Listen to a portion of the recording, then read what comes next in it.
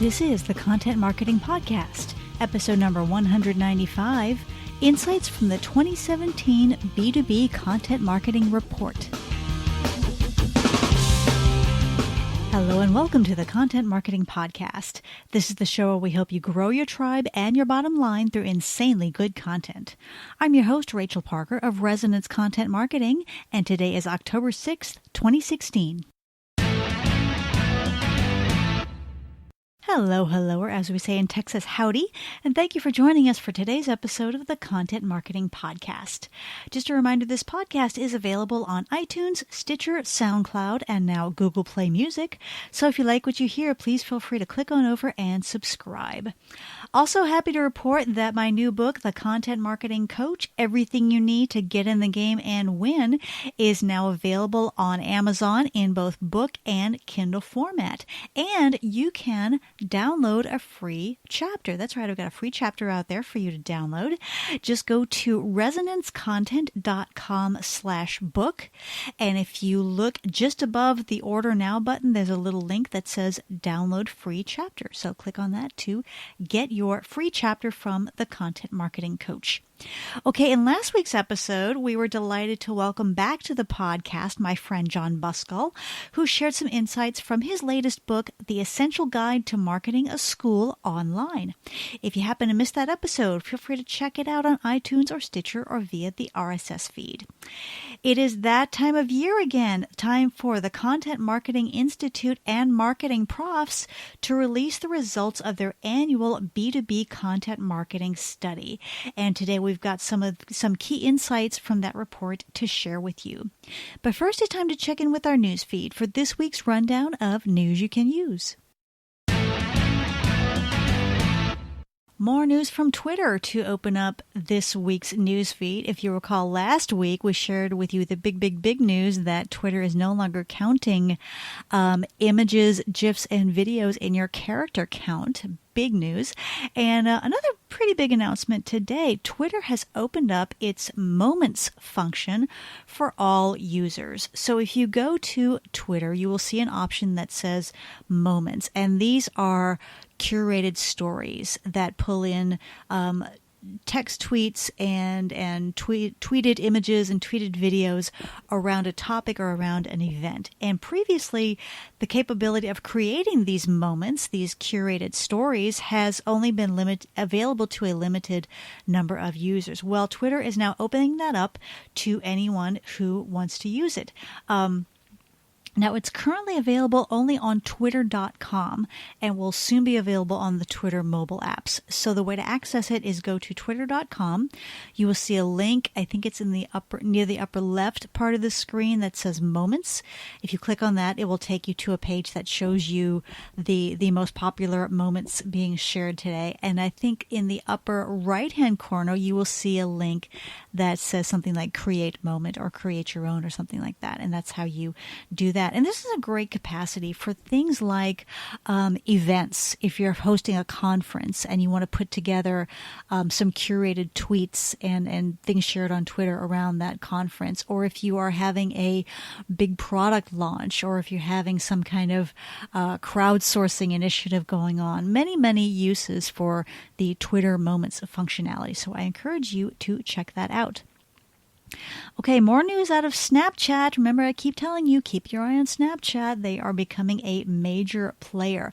Snapchat, number one, they have renamed the company, which it's always interesting when that happens. It's something that companies don't do lightly. And to me, it symbolizes that they are moving into a new field, or maybe opening themselves up to move into more different fields. So they have renamed the company from Snapchat to Snap Incorporated to incorporate these new directions. And they have introduced a new hardware product called Spectacles. Now, Snap Inc., as the new company name goes, shared on the company blog that, and I quote, "Spectacles are sunglasses with an integrated video camera that makes it easy to create memories." Close quote. And, the first thing I thought of when I saw this is, oh, wow, Google tried that with Google Glass and it didn't work so well. Granted, the Glass was not exactly the same thing, but I will be curious to see if Snap Incorporated I'm curious to see where they go with these spectacles and how they do with that. But anyway, that is our news out of Snapchat.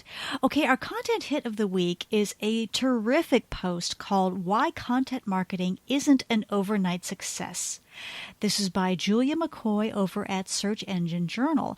And it seems like this conversation comes up so often with clients who, I'm going to go ahead and say it, they should know better, but it comes up. And it seems for some clients, no matter how hard I work to set their expectations and to let them know that content marketing is a marathon and not a sprint, or as my friend John Buskell says, it's a commitment, not a campaign, sometimes it just doesn't sink in. And, a couple months go by and they start tapping their feet and say, when the hell is this going to start paying off? And then I say, well, remember that conversation we had when we first started working together. So what I love about this post is that Julia goes into detail about why it takes so long for content marketing to deliver and why there are no shortcuts. I tell clients sometimes looking for solid ROI from their content after a couple of months is like going to the gym for 2 weeks and saying, where's my six pack? It just doesn't happen that way, and there are no shortcuts. Anyway, Julia provides a lot of great information in this post. I recommend you check it out, and I will, of course, provide the link in the blog post for this episode. Okay, that's it for this week's update. If you stumble across something you think might be of interest to your fellow content marketers, please tweet it to me at Rach Parker so that we can share. Now it's time for this week's Spotlight segment, Insights from the 2017 B2B Content Marketing Report. It is that time of year again, time to learn what is on the minds of B2B content marketers. Every year, Content Marketing Institute and MarketingProfs team up to conduct an exhaustive study among B2B content marketers. And the result is B2B Content Marketing Benchmarks, Budgets, and Trends, North America Report. Now, what I'm talking about today is the North America Report. I know they do other reports on I believe Europe and Australia and maybe some other regions. So if you are listening to this outside the U.S., I recommend that you check out or that you check in with Content Marketing Institute regularly to see when those reports come out. And I will let you know as well. But for today, we're talking about trends in North America.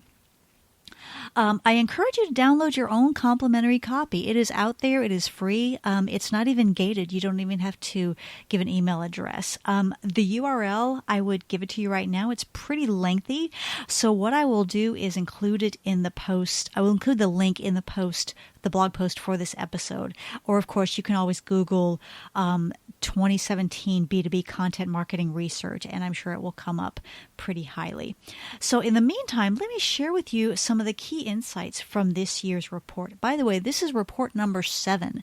So they've been doing this every single year for 7 years. One thing they did not do in this year's report is sometimes they will give the results from this year's, and then in the margin they will clue you into what last year's result was and whether things went up or down. And that was kind of a nice barometer. They chose not to do that this year. I think they're trying to improve the visuals, so it was much more full page on this year's research. But in the intro by Joe Polizzi and Ann Hanley, they did mention that last year seemed to have a little bit of a dip in terms of how B2B marketers viewed content marketing, the resources they were willing to dedicate to it. And that trend seems to have reversed itself this year. There is more optimism. There was more gung-ho attitude toward content marketing, both in terms of time and in budget that they are willing to dedicate to it. So we will go into more detail as we get into these results. Okay, the first result I want to share with you is that 89% of B2B marketers use content marketing. And I think that is pretty much on par with last year's numbers. 89%, guys. That is huge majority. And another interesting fact is of the 11% who say they do not use content marketing, 52% say they plan to launch a content marketing effort within the next 12 months. So content marketing is here to stay in the B2B realm. If you're still out there thinking it's a B2C thing, or if it doesn't apply, then, you might want to look at what is going on in the industry. And, I pointed that out one time, and someone pointed out the old mom's advice. Well, just because everybody's doing it, I mean, if your friends jumped off a bridge, would you jump off it too? Did you ever hear that from your mom when you were little? So, no, I'm not saying that you should do it because everyone else is, but I am saying if you want to compete, then you might, and you're not using content marketing, you might want to look at how you can gain or regain your competitive advantage, and look at what your competitors are doing, and look at the kind of results they're seeing. So content marketing, yes, definitely a force to be reckoned with here in the B2B realm. As far as the teams go that are creating this content, this was surprising and a little bit shocking to me. 55% of respondents have small or even one-person content marketing teams serving the entire organization. Now, I did not look back and see what size organization they focused on. I think it's across size categories, and the idea that so many of these larger organizations have very, very small or even one person in the organization makes up the team that serves them. That's surprising. That tells me that if it's all in one person or two or three people, then you're limiting yourself by limiting that staff size. There is only so much these people can do, not only in terms of hours in a day, but also in terms of skill set. If someone has to be the content creator and the strategist and the analytics person, they're not going to have all of those capacities at the same level. So I was really surprised to hear how many small and even one-person content marketing teams are out there in organizations of all sizes.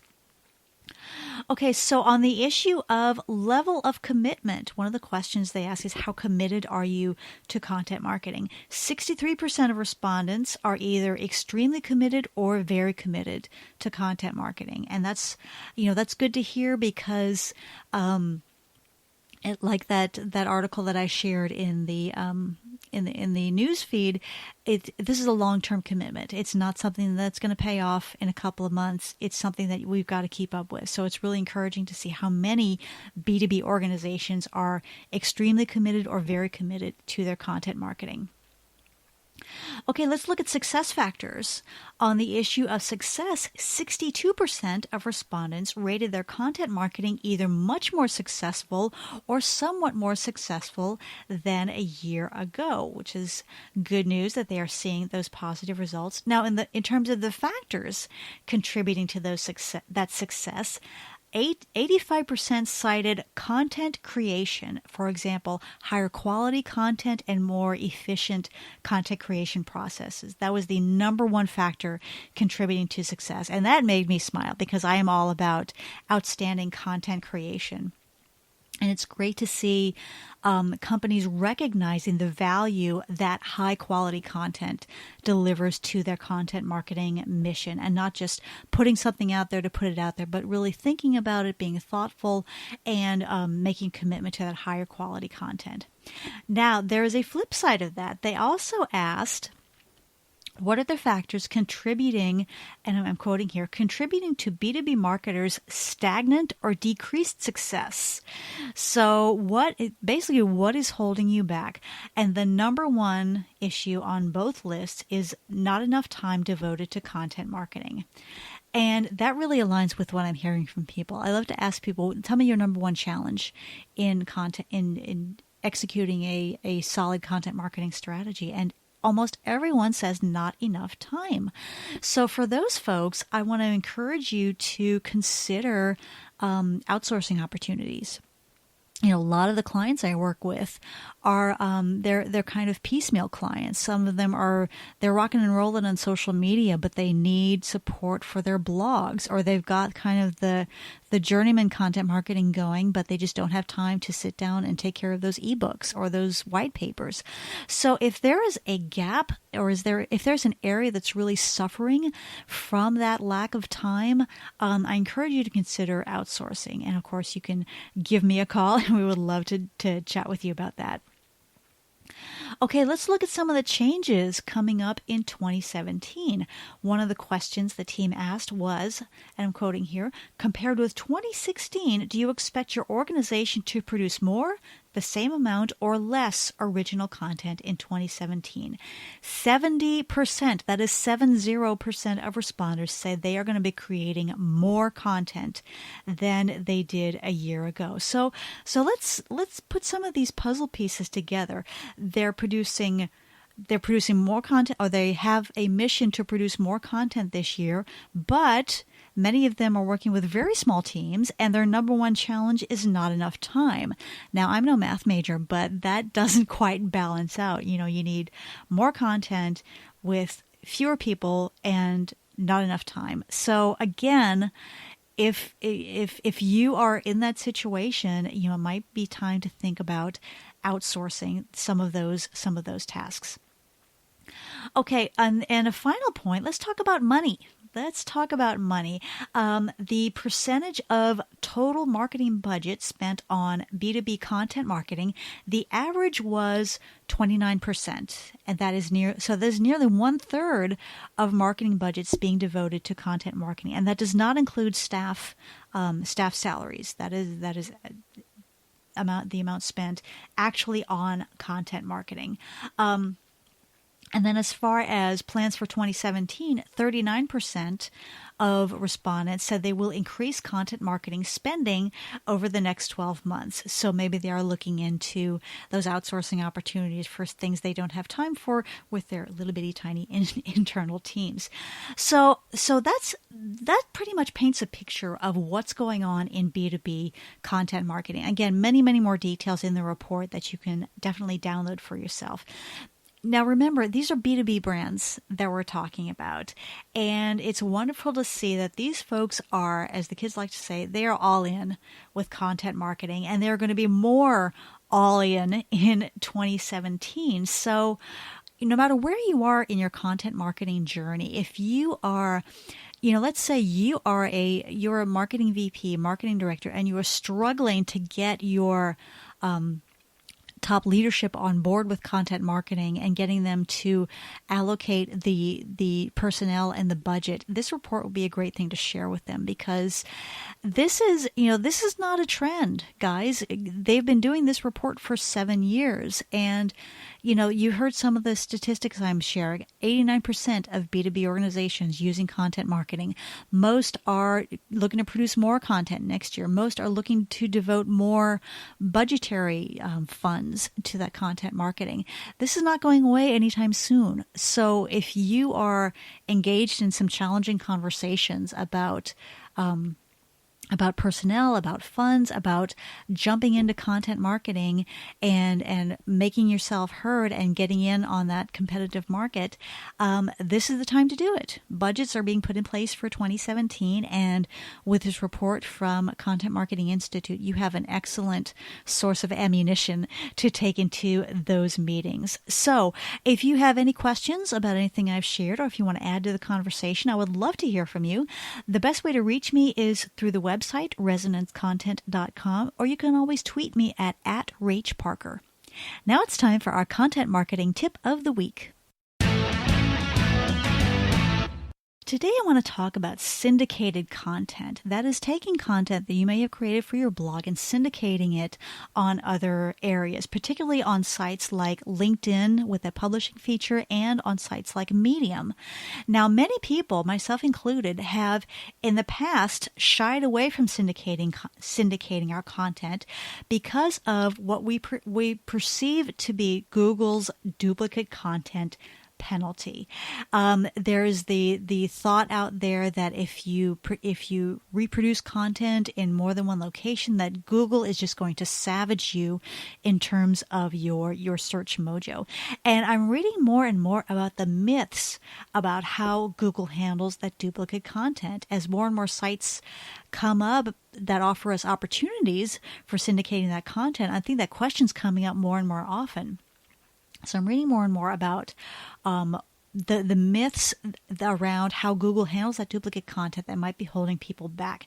And I found an excellent article on Search Engine Land. This is by Patrick Stocks, and I will provide the link in the blog post for this episode. But as he points out, people heard something, Google duplicate content, Google doesn't like duplicate content, and they've been drawing their own conclusions about what duplicate content means to Google, and many of them are false. So Patrick goes on to clarify what Google does do.